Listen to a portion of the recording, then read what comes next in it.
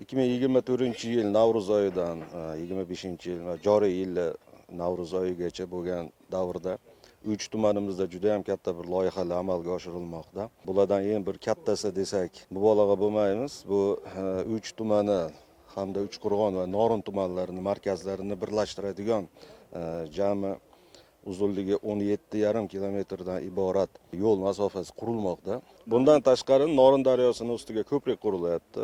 Uzunligi qariyb 482 metr bo'lib, eniga 16 metr.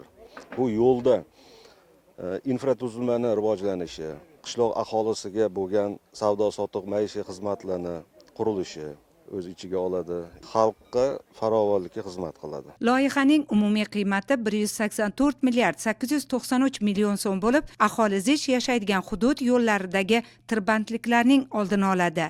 Uzunligi qariyb 482, eni 16,5 metr bo'lib, umumiy foydalanishdagi avtomobil yo'llarini qurish va rekonstruksiya qilish direksiyasi Davlat unitar korxonasi buyurtmachiligi asosida O'zyo'l ko'prik klasteri Toshkent viloyati filiali davlat muassasasi tomonidan bunyod etilmoqda. Ushbu ko'prigimizning uzunligi 481,45 paganometrni tashkil etadi.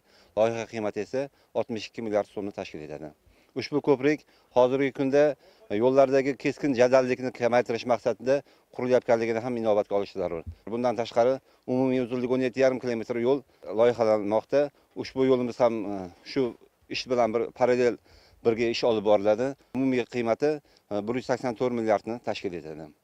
Ushbu ko'prigimiz nafaqat 3 tumanni bir-biriga bog'lash, 4R116, 112 avtomobil yo'llarimizdagi harakat jadalligini o'ta keskin tarzda tirbandliklarning oldini olish ko'zda tutilgan. Qurilish ishlari 2026-yil tugatilishi rejalashtirilgan, lekin shu yil oxirigacha foydalanishga topshirish ko'zda tutilmoqda.